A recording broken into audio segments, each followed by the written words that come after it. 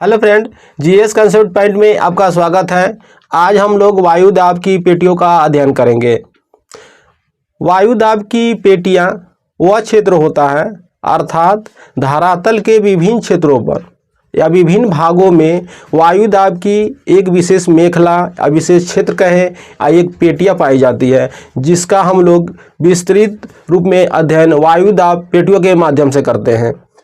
ठीक है, वायु दाब पेटियों के अध्ययन से पहले हम समझते हैं कि जो वायु दाब हमने पढ़ा था, तो वायु दाब में हमने ये देखा था कि विषुवत रेखीय क्षेत्रों में सूर्य की किरणें हमेशा लंबवत पड़ती है। ठीक है, अब जब हम ध्रुव की ओर जाते हैं तो सूर्य ताप कम होती जाती है, अर्थात विषुवत रेखीय क्षेत्र में निम्न वायु दाब का क्षेत्र पाया जाता है, लेकिन ध्रुवीय क्षेत्र में उच्च वायु दाब का क्षेत्र पाया जाता है। लेकिन अगर हम धरातल पर देखें तो जब 60-65 डिग्री के अक्षांश पर जाएंगे तो वहां हम देखते हैं कि निम्न वायु दाब की पेटियां पाई जा रही है, अर्थात वहां वायु दाब निम्न वायु दाब पाए जा रहे हैं। तो ऐसा क्यों हो रहा है? इसका मतलब कि और भी कोई कारण होगा जो इस वायु दाब की पेटियों के बारे में स्पष्ट कर रहा होगा या कुछ बताता हो। ठीक है, तो हमने देखा था कि ध्रुव और विषुवत रेखीय क्षेत्र वहाँ सूर्य ताप के कारण समान स्थिति में हम इनके निम्न दाब या उच्च दाब को देखा था, लेकिन 60-65 डिग्री में जाने के बाद वहाँ निम्न वायु दाब क्यों बन रहे हैं, उसका कुछ और कारण होगा। इन सब का हम अध्ययन यहाँ करेंगे। तो इससे स्पष्ट होता है कि धरातल पर जो वायु दाब की पेटियां पाई जाती हैं वह पेटियां दो कारणों से बनती हैं। एक जो है तापजन्य होती है, अर्थात तापमान के कारण होती है। दूसरा जो है गतिजन्य या गत्यात्मक कारणों से होती है। ठीक है, आइए हम इनका अध्ययन करते हैं। इससे पहले हम ये जाने कि धरातल पर हमारी पृथ्वी पर कितनी वायु दाब पेटियां पाई जाती है। तो पृथ्वी पर 7 वायु दाब पेटियां हैं। 7 वायु दाब की पेटियां कौन कौन सी हैं उनका हम बारी बारी से अध्ययन करते हैं।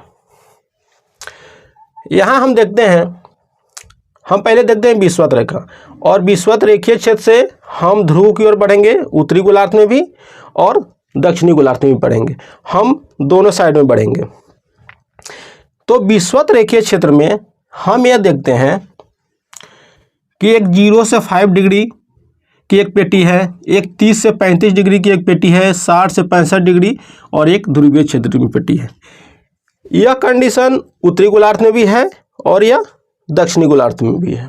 ठीक है, अब हम देखें 1 बाई 1 करके देखें तो देखते हैं 5 डिग्री उत्तरी और 5 डिग्री दक्षिणी, अर्थात यह भूमध्य रेखा विषुवत रेखा के दोनों ओर, अर्थात यहाँ अगर हम इसे जैसे 5 डिग्री उत्तरी है तो यहाँ हमारा विषुवत रेखा हो जाएगा, अर्थात ये 0 डिग्री अक्षांश या अक्षांशीय स्थिति को के माध्यम से आप इसे देख सकते हैं। ठीक है, या अक्षांशीय स्थिति ही एक तरह से यह पेटियों के रूप में यह डिवाइड है। आप देखिए यहाँ से भूमध्य रेखीय निम्न वायु दाब का क्षेत्र, अर्थात यह भूमध्य रेखीय क्षेत्र में हम पहले से जानते हैं कि सूर्य ताप अर्थात सूर्य की किरणें लंबवत पड़ती है या अधिक प्राप्त होती है सूर्य ताप, तो यहाँ की जो वायु हल्की होती है और हल्की होने के बाद जो है क्या होती है कि यह ऊपर उठती है। इनका क्षैतिज प्रवाह नहीं होता है, यह उनका उदग्र प्रवाह होता है, अर्थात यह क्या होती है यहाँ से यह ऊपर उठती है और यहाँ की वायु हल्की होती है। अब यहाँ जो है ये तो हल्की हो गई, तो निश्चित है कि यहाँ जब हल्की वायु है अर्थात यहाँ निम्न वायु दाब का क्षेत्र है, तो ये हमारी जो पेटी हो गई निम्न वायु दाब की पेटी हो गई। अब देखिए 5 डिग्री उत्तरी और 5 डिग्री दक्षिणी अक्षांश की पेटी को हम लोग डोलड्रम के नाम से जानते हैं, इसे हम लोग डोलड्रम कहते हैं।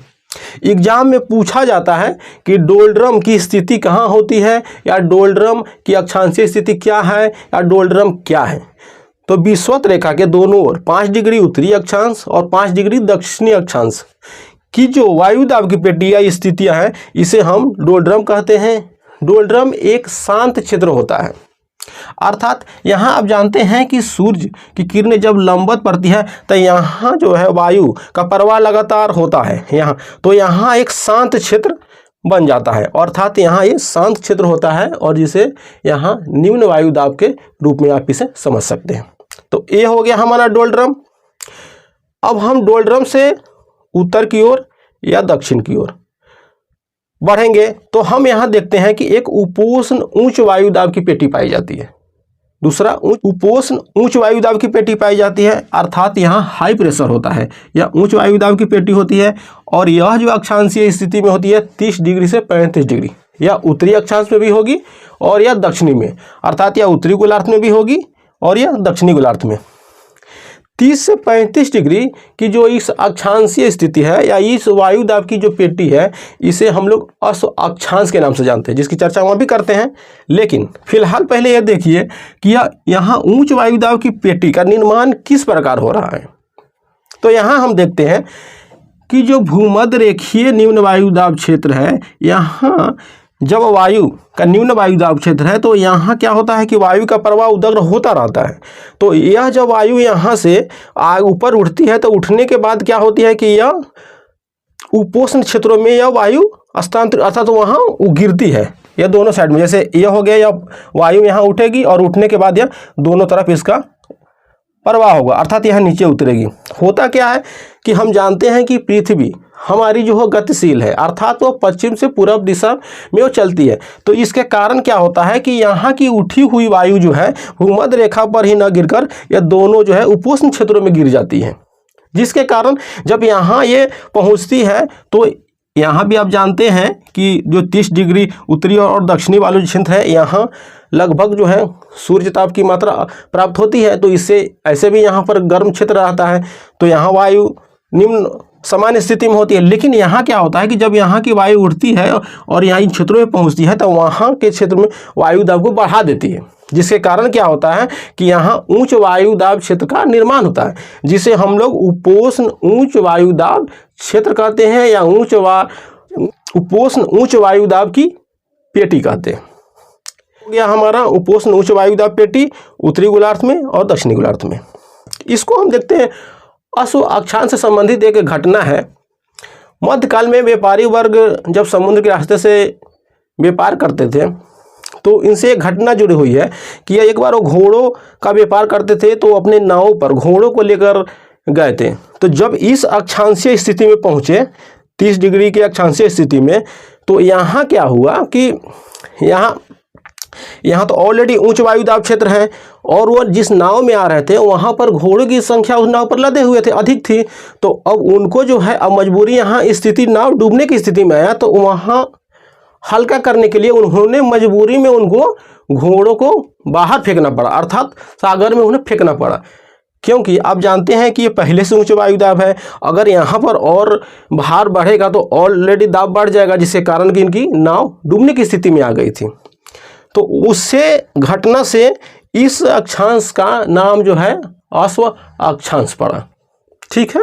और उसके बाद वहाँ जो व्यापारी थे उन्होंने घोड़ों को सागर में फेंका और उसके बाद जो है सामान्य स्थिति में आए और उसके बाद पार की। तब से इसकी यह अश्व अक्षांश के रूप में चर्चित हो गए हैं और ये जाने जाते हैं अश्व अक्षांश के रूप में। तो ये हम दोनों स्थिति के बारे में देखा। अब हम इसे आगे बढ़ते हुए देखते हैं उपध्रुवीय निम्न वायु दाब क्षेत्र। यह जो है उत्तरी गोलार्ध में भी है और दक्षिणी गोलार्ध में है। इनकी जो स्थिति है 60 से 65 डिग्री, अर्थात 60 से 65 डिग्री उत्तरी गोलार्ध और 60 से 65 डिग्री दक्षिणी गोलार्ध में। आप जानते हैं कि यह उपध्रुवीय क्षेत्र है, अर्थात ध्रुवीय क्षेत्र में सूर्य की प्रकाश की किरण नगण्य पड़ती है, तो यहाँ ऑलरेडी जो है वायु दाब अधिक है। लेकिन जब यह 60 से 65 डिग्री की स्थिति में है तो यहाँ थोड़ी गर्मी होती है, तो यहाँ वायु दाब हल्के होते हैं। लेकिन होता क्या है कि यहाँ पृथ्वी की गति के कारण यहाँ के वायुओं का स्थानांतरण हो जाता है, जिसके कारण जो है यहाँ निम्न वायु दाब की पेटी का निर्माण हो जाता है। तो इस प्रकार से दोनों गोलार्धों में उपध्रुवीय निम्न वायु दाब की पेटी बन जाती है। इस उपध्रुवीय निम्न वायु दाब पेटी को दक्षिणी गोलार्ध में स्पष्ट रूप से देखा जाता है, इसलिए क्योंकि दक्षिणी गोलार्ध में जलीय भाग या सागरों की अधिकता पाई जाती है यहाँ, ठीक है। अब यह हो गए हमारे उपध्रुवीय क्षेत्र। अब उसके बाद हम जाते हैं ध्रुवीय क्षेत्र में। तो ध्रुवीय क्षेत्र आप पहले से जानते हैं कि 90 डिग्री अक्षांश तक फैली है, अर्थात यह वहाँ क्या होगा कि सूर्य की किरणें न के बराबर पहुंचती हैं, तो यहाँ ऑलरेडी वायु अधिक सघन होती है, अर्थात यहाँ वायु दाब अधिक होता है, यहाँ वायु का भार अधिक होगा। तो ये हमने टोटल वायु दाब की पेटियों के बारे में देखा, और इस प्रकार से हमने पेटियों देखिए। अब 7 पेटियों की चर्चा है, तो 7 पेटी देखिए। आप देखिए ध्रुवीय, उत्तरी गोलार्ध और दक्षिणी गोलार्ध में उच्च वायु दाब 2, फिर उप ध्रुवीय निम्न वायु दाब, फिर उसके बाद जो है उप ध्रुवीय निम्न वायु दाब दक्षिणी गोलार्ध, फिर उपोष्ण उच्च वायु दाब उत्तरी गोलार्ध, उपोष्ण उच्च वायु दाब दक्षिणी गोलार्ध। तो इसमें आपने क्या देखा, इसमें हमने देखा कि जो हमारी पेटी बनी, तो आप इसमें देखिए कि 7 वायु दाब तो पेटी है, लेकिन अब इसमें आप देखिए कि उच्च वायु दाब की पेटी कितनी बन रही है और निम्न वायु दाब की पेटी कितनी बन रही है। तो एक देखिए ये निम्न वायु दाब की पेटी, एक निम्न वायु दाब की पेटी और एक निम्न वायु दाब की पेटी, तो कितने हो गए, 3 जो है आपके निम्न वायु दाब की पेटी हो गए और 4 जो है उच्च वायु दाब की पेटी हो गए। ठीक है, तो इस प्रकार से 7 वायु दाब। इन वायु दाब पेटियों का अध्ययन इसलिए आवश्यक है क्योंकि जब हम पवन प्रवाह या पवन संचार को जब देखेंगे, तो वहाँ इन वायु दाब पेटियों का अध्ययन बहुत महत्वपूर्ण आपके लिए होगा। इसलिए क्योंकि इसको समझ लेने के बाद जो है जब पवन की प्रवाह पढ़ेंगे, तो वहाँ आपको आगे जो एग्जाम में प्रश्न पूछे जाते हैं उस तरह के कंसेप्ट को समझने में या पवन प्रवाह की गति को समझने में आपको दिक्कत नहीं होगी और आसानी से इन चीज़ों को समझ सकेंगे।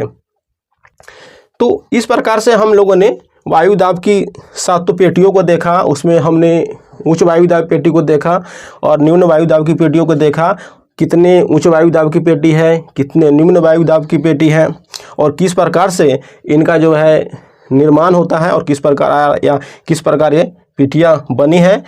और मुख्यतः यह 2 प्रकार की हैं, तापजन है और गतिजन वायु दाब पेटियाँ हैं। तो जो तापजन पेटियाँ हैं इनमें मेनली जो ताप से संबंधित है, तो ताप से जो संबंधित पेटियाँ हैं आपका भूमध्य रेखीय या डोलड्रम वाला क्षेत्र हो गया और दोनों ध्रुवीय क्षेत्र वाला हो गया। तो ये जो 3 पेटियाँ हो गई आपकी, ये हो गई तापजन वायु दाब पेटी।